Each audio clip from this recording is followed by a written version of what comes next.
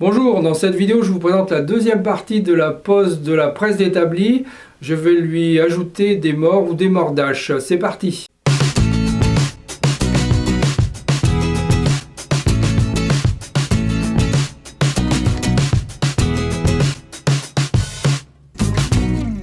De retour pour la deuxième partie sur cette presse d'établi, je prends les dimensions pour pouvoir découper des morts ou mordaches.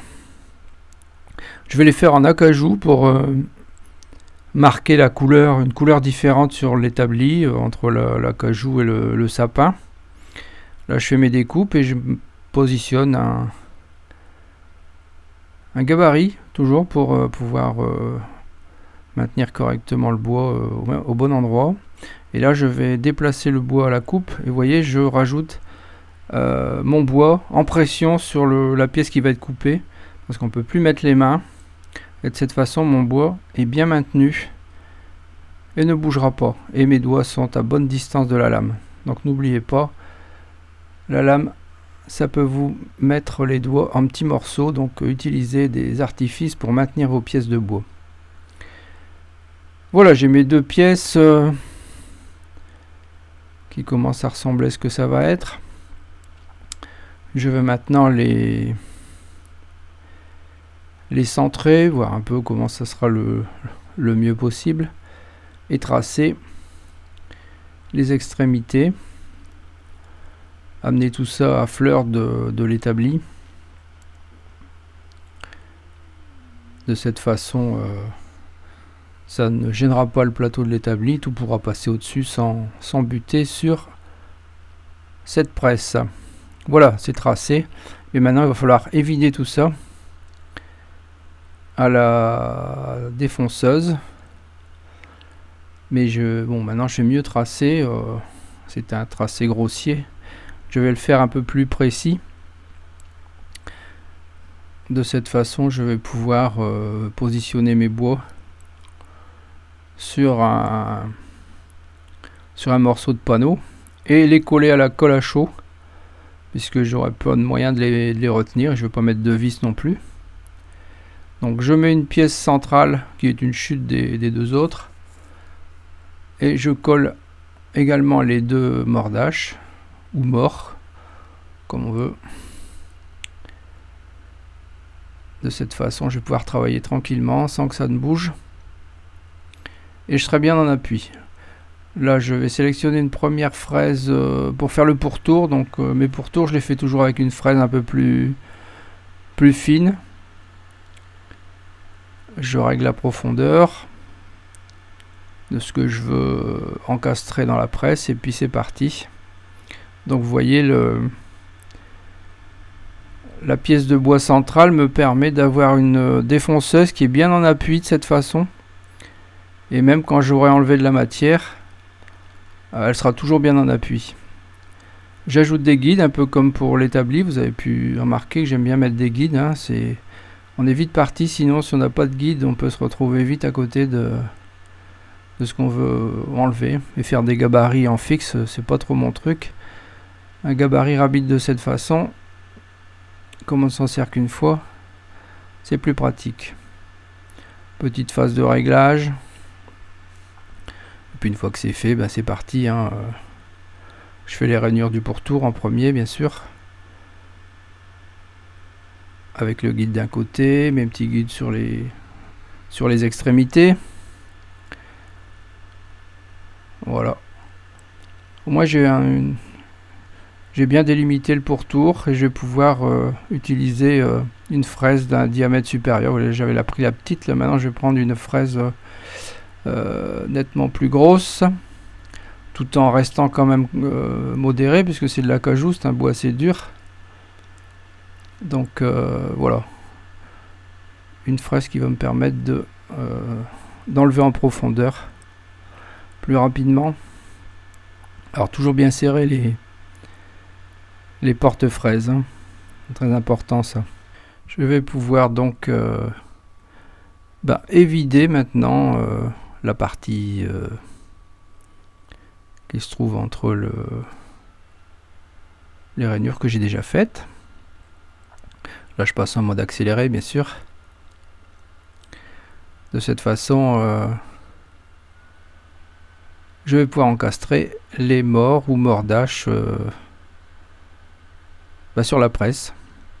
Voilà, je décolle facilement les pièces de bois, ça résiste juste assez pour pas que ça se décolle pendant l'usinage.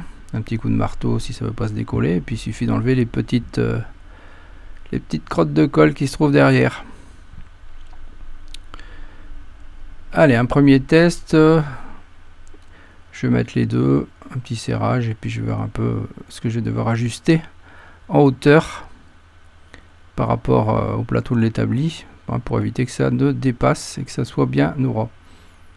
Petit coup de rabot, ça fera l'affaire avec une latte carrée entre deux pour me dégager les deux pièces de bois. Voilà qui est fait. De cette façon, c'est parfait. Je vais mettre des vis pour la face avant. Donc c'est des vis que vous devez reconnaître. J'ai récupéré ça il y a très longtemps sur des meubles en kit. C'est très solide. Le filetage est très large, mais il va falloir faire un avant-trou bien sûr de lame de la vis. Et avant tout, je vais devoir mettre mon étau que j'ai posé sur un socle en OSB avec des patins en dessous. Et je vais pouvoir ainsi retrouver mon étau pour découper de la ferraille et plier des pièces, etc. etc. Enfin, tout ce qui sera autre que travail du bois. Voilà, juste une pièce d'OSB vissée, collée, bien épaisse pour que ça soit rigide. Et puis je retrouve toutes les fonctionnalités de l'établi dès que je le retire. Voilà, c'est très solide. Et ça me va bien. Voilà, je peux découper les vis qui sont beaucoup trop longues. Et puis je vais les poser, après avoir fait un avant-trou, comme je disais tout à l'heure, de lame, diamètre de lame de la vis, qui est assez grosse. Mais c'est très bien pour ça, parce que la tête est très plate. Je profite de percer en profondeur pour percer également le deuxième mort qui va lui être fixé par la suite.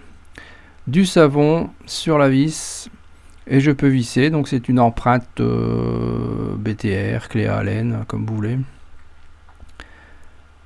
Donc ça se visse fermement et ça tient très très bien. Voilà, toujours mettre du savon quand les vis sont dans du bois dur.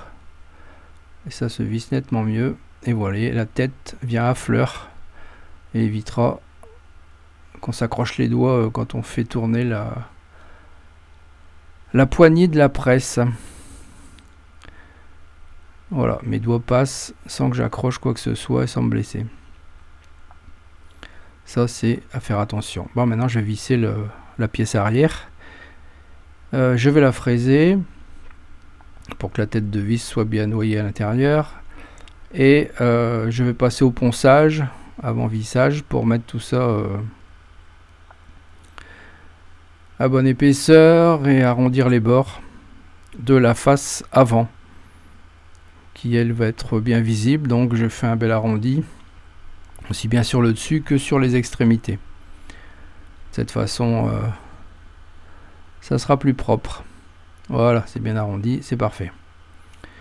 Et avant de poser le tout, je passe un coup de cire sur toute la surface autre que la partie côté serrage, qui elle restera sans cire, bien entendu, vous comprenez pourquoi. Voilà, là je n'en mets pas pour éviter que ça glisse quand ça sera serré. Donc juste l'extérieur pour l'esthétique. Comme je dis toujours, c'est pas parce que c'est à l'atelier que ça doit être moche. Ça va me rester cette phrase. Voilà, et bien pour mettre la flasque arrière, la face arrière, je vais démonter la vis facilement et puis je vais pouvoir visser de cette façon avec des vis de 6 pour maintenir cette pièce dans le plateau de l'établi au travers de la presse. Un petit coup de ponçage pour enlever les bavures de fraisage et je peux remettre la face avant de la presse. Ça se met très facilement pour nettoyer, c'est le côté pratique, on peut tout démonter, tout nettoyer, tout regresser et tout remettre. Voilà, reste plus qu'à visser la face avant. Voilà, j'ajuste un peu et puis je peux remettre mes vis qui ont déjà été prévissées juste avant. Pratique ces vis, hein, que vous avez qui traînent, mettez-les de côté parce que ça peut toujours servir. En plus elles sont zinguées, donc elles sont très propres.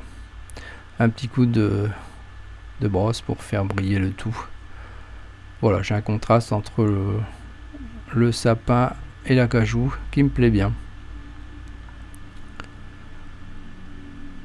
Voilà, bon, on s'approche de la fin. Cette presse est bien terminée, elle va bien venir à point. Et puis comme je vous ai montré tout à l'heure, les têtes de vis sont bien au ras. On peut pas se blesser dessus. Ça c'est important, hein. Quand il y a des choses qui dépassent, on fait pas attention quand on va vite, hein. On peut se blesser.